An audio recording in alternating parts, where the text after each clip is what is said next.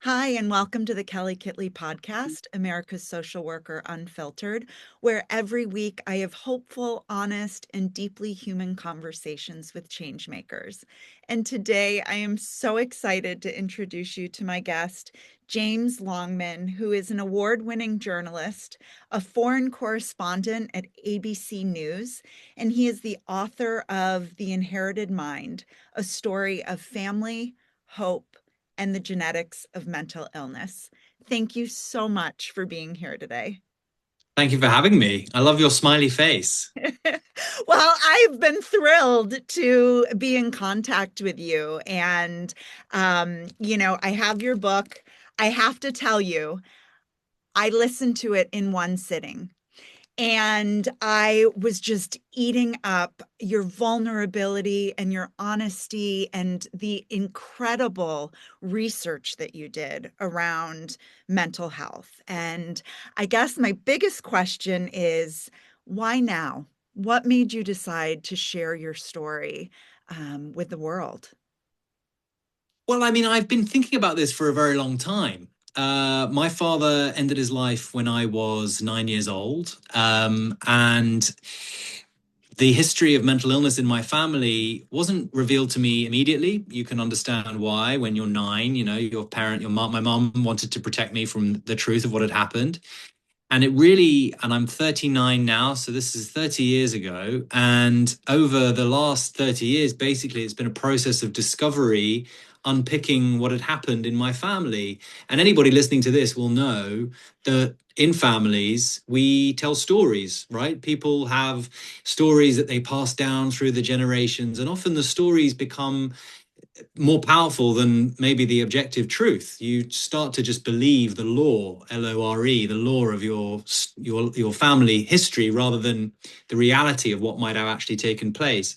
And for me, it's taken all this time to unpick the reality of my family. So the realization, the discovery that my father had schizophrenia, that his brother also had schizophrenia, that my grandfather ended his life.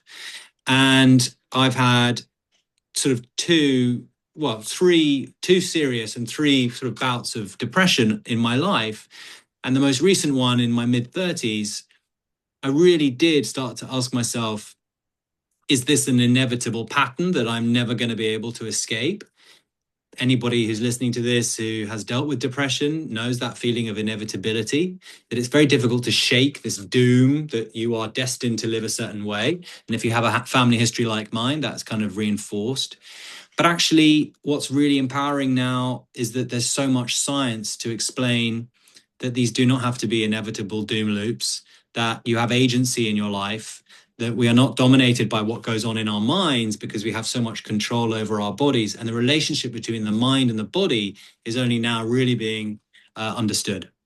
I get so excited hearing you speak about that because, as a clinical social worker who has been practicing for 25 years, I have seen the shift in the way that we look at mental health. And so, especially as we look at the person and environment, and you went to boarding school at a very young age. I don't know if that's more common where you're from or if that was more so just a value in your own family that your mom really wanted you to experience that. I know she gave up a lot for you to be able to go to boarding school at such a young age. Yeah, I went when I was 8 years old. And a lot of people, when they hear that now, they think, oh my God, that is young. And it was young then, it's young now. It's not that common. Boarding schools in Britain, I think people think of England and they think of Harry Potter and we all go to these sorts of schools. No, I was very lucky. My grandmother helped, and my mother basically bankrupted herself to send me to the school that I went to. But it was an act of enormous generosity because she knew that it was the environment that I needed. And when you talk about nurture versus nature, I was nurtured for 10 years at a great school surrounded by amazing people who protected me really from the kind of trials and tribulations of my family life. And so it really was my surrogate family. And it was a great help to me, even though, I tell the story in the book in the first chapter of the day that I was told he had died. And I was told this news by my housemaster, not my mother. I was taken to matron's flat where my mother was waiting. Um, and I stayed at school that night, and I stayed at school until his funeral. And school really was my massive support system. So I guess if there's a message, is that horrible things happen in life, but community is so important. And when I really don't believe, and my work teaches me the same thing, I really don't believe that we are built to live alone. We're pack animals. We need each other. And I only got through it because of the incredible support that I had as a child and continue to have now. I'm very lucky. Mm.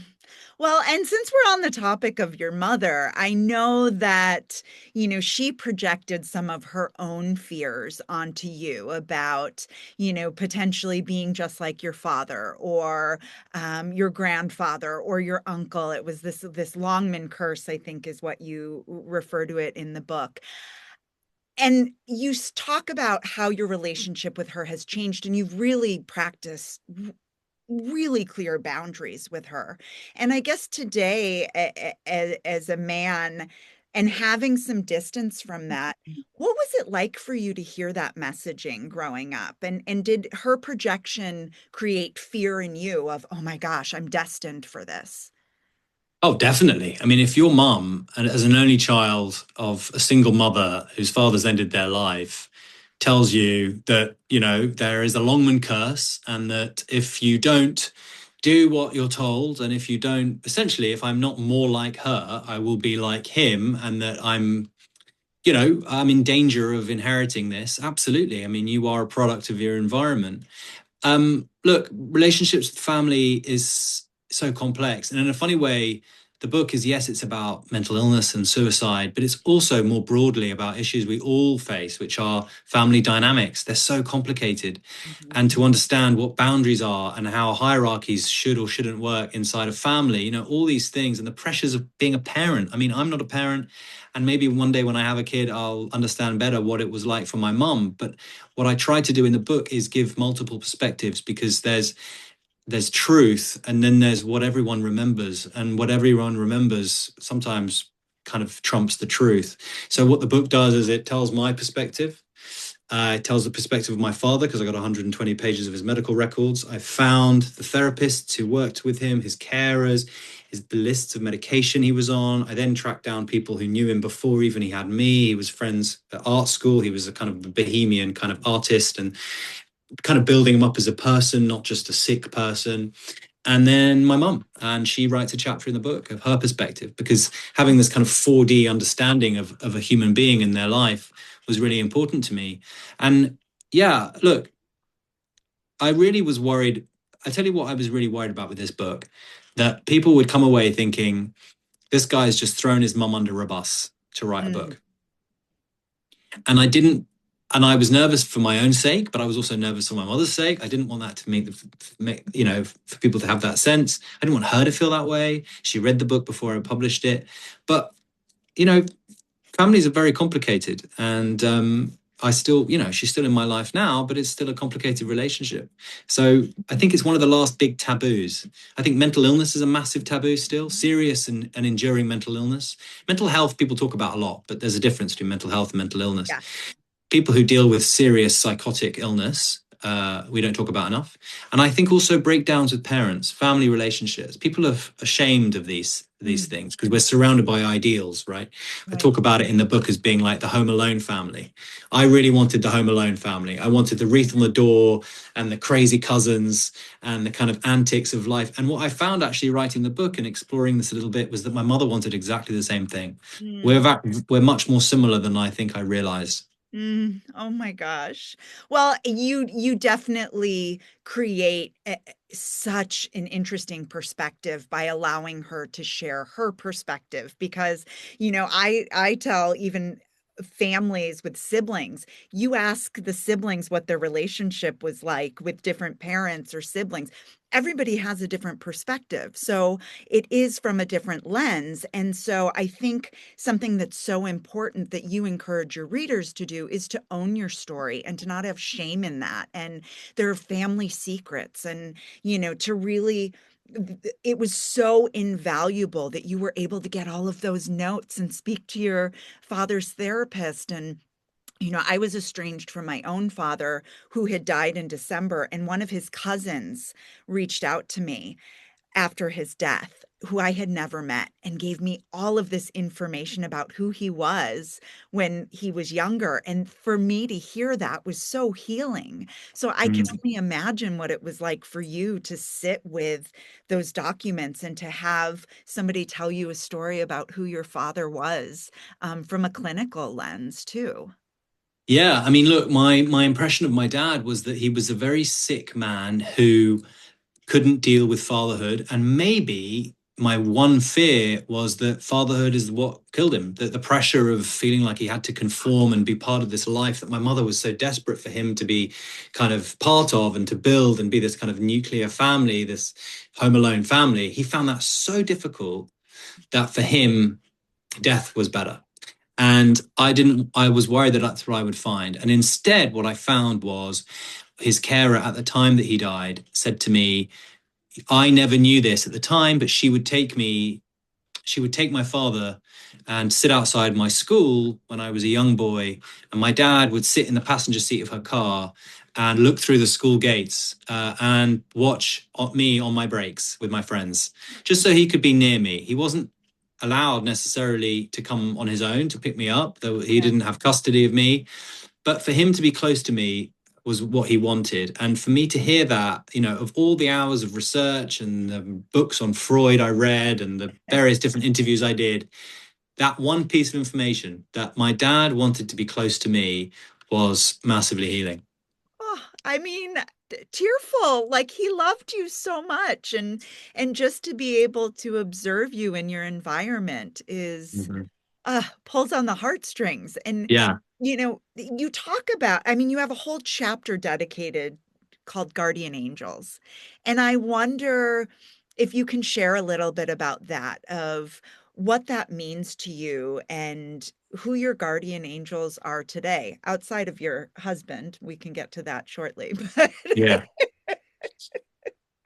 Well, look, I mean, yeah, I found Liz, who was his carer. I found another carer of his who worked with him just after that. Oh, Pat, who worked with him just before that.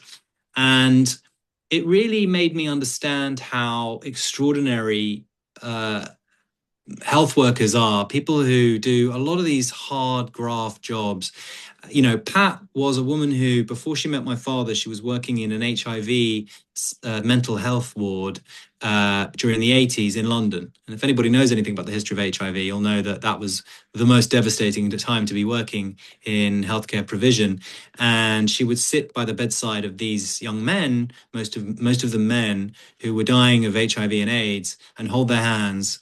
And these are the people who were having psychotic episodes. And she tells a story of holding the hand of one young man who said, Pat, when I was just in the regular AIDS ward, my friends would come and sit with me and hold my hand.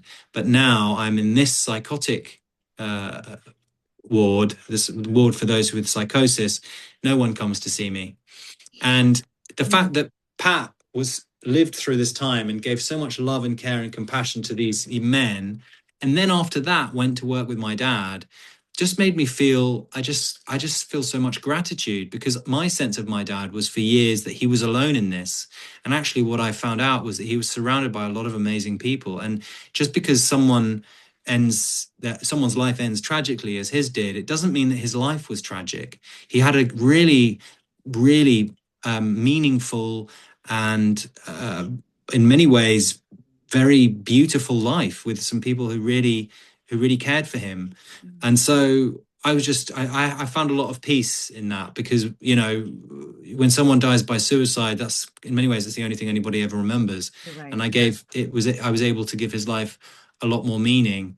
And now, having been through my own sort of depressive episodes, what I can tell you is that my friends are absolutely my guardian angels. I mean, Melissa, who I tell the story in the book, when I hit a wall mentally and I was considering suicide, she came to find me literally from the street and pick me up and take me to the doctor. And she's still a friend now.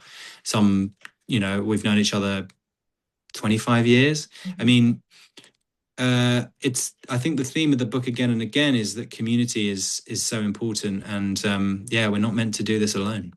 Absolutely. How do you take care of your mental health today? Well, I'm fortunate that I have these friends, that Alex knows everything about me, and a good relationship is based on communication. I mean, that has to be the foundation. I feel like I find that I get meaning through my work. People often say, if you deal with depression, how is it that you can go to a country where something horrible has happened, where you're standing among, often a mass grave, for example, or just witnessing horrible things or hearing about traumatic events. And I'm not a morbid person. I mean, I hope people know that I'm generally speaking quite an upbeat individual, Yeah. but I do find that having my emotions activated um, is meaningful to me. I want a job where I'm moved by things. And when I'm moved, I feel like I have meaning. And when I have meaning, I feel like that gives that's good for my mental health, because uselessness is a Mhm. very, very sure pathway to a mental health crisis. But when you have meaning in your life, Mhm. that is that keeps me well. Well, and you're very fit as well. And so with that mind-body connection, I would Yeah. imagine it's very important for you in terms of, a holistic perspective of health. The way you nurture yourself with nutrients and food and exercise. Is that All of that. accurate? That I know what keeps me well. People will anyone who's listened to this who's ever had a depressive episode will know the feeling of feeling like you have 1% of your battery left, and it takes a lot just to do anything. And you want to know if we're going to do something, it's going to be useful to you. And at 1%, it's really difficult to know if that's going to happen, because you're worried that if you do that, you're literally just going to be comatose. I know deeply in my soul that even if I don't feel like doing the things that keep me well, I know they will keep me well. And I might not feel it immediately, but in a few days. And it's about having a routine of it. It's not going to mean that if on Monday I'm sad, if I train on Tuesday, I'll be better. But if I train Monday to Friday, maybe, and I keep that pattern going long term, Mhm. I know I feel good. So it's about keeping perspective, because when you're sad and you're down, you lose the perspective. So it's reminding yourself of those patterns. So yeah, I train, I fast, I know that fasting works for me. For the book, I was looking at kind of epigenetics and the way that we can activate processes in our bodies which stimulate regenerative growth and all these sorts of things. I mean, there are books and books on this that have been written by people who know a lot more than me. You just got to know your body and know what works for you and trust yourself. Well, the last question I have for you, because with that in a whole health perspective, personally, I love meditation and mindfulness. And reading your book, that was something that your dad was so ingrained in and studied. And there's some speculation that maybe that contributed to some of his mental illness. What's your perspective about that now, and how that can help or hinder people's mental health? Look, it's like anything, a little of something is probably good for you, but too much is not. And he was a transcendental meditation practitioner. You will have heard perhaps of TM if you're listening to this. Lots of very famous people do TM. It's like quite trendy. My father was one of the originals who did it with Maharishi in Switzerland, and the Beatles and all this stuff. But TM is where you sit in a room sometimes, and they do the practice of rounding, which is for hours and hours and hours on end. They go through the rituals of their meditation, and the effort is to access the deeper and deeper levels of consciousness. And there are suggestions, and it's very difficult medically to know if this is true, that if you access deeper levels of consciousness and you have a susceptibility to psychosis and schizophrenia, then you're going to trigger something in you. And my family, my whole life, were telling me, do not do TM. TM derailed your dad. I actually do stay away from very intense breathing exercises for that reason. Okay. So you just, again, it's knowing what keeps you well. But meditation, for on a kind of much more shallow level, I mean, 100%. Yeah, there's nothing, I don't think there's anything wrong with that. Okay. Well, I was so excited when this book came out because you are so well liked, just in terms of the work that you do in the news. And to have somebody who has such a large platform share their experience, strength, and hope around mental illness changes the conversation. So, not only is it a personal story for you, but it is also so well researched and gives us an opportunity to look at mental illness in a different way. And so I'm just so grateful to you for the work that you're doing and for continuing to show up and change the conversation. I'm very grateful for your time. And you know what? A lot of people talk about mental health, and that's lovely. We all have mental health needs Mhm. because we all have brains, just like we all have physical health needs because we all have bodies. Not all of us necessarily will experience a significant mental illness, but so many people do. You will be related to someone who does. And I don't think that we as a society spend enough time talking about those people. So I'm grateful for your time. And the link to purchase your book will be in the show notes so that the listeners can start their own journey and use some of the resources in the book to help them.